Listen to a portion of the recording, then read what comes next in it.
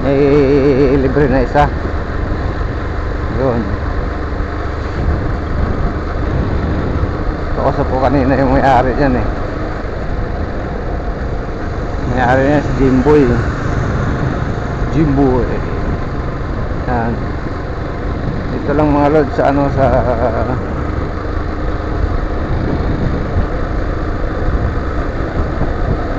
kay Pirari, Sitio Bubog.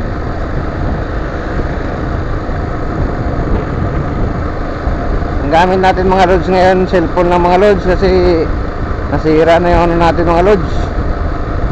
Sira na yung dashcam natin mga lods. Ang gamit natin ngayon cellphone na.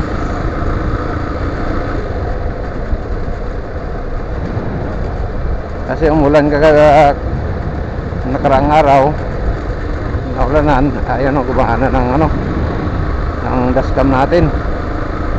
Kaya problema na naman tayo nito, yung magkaroon ng ano, cellphone kasi natin pa tapos na eh.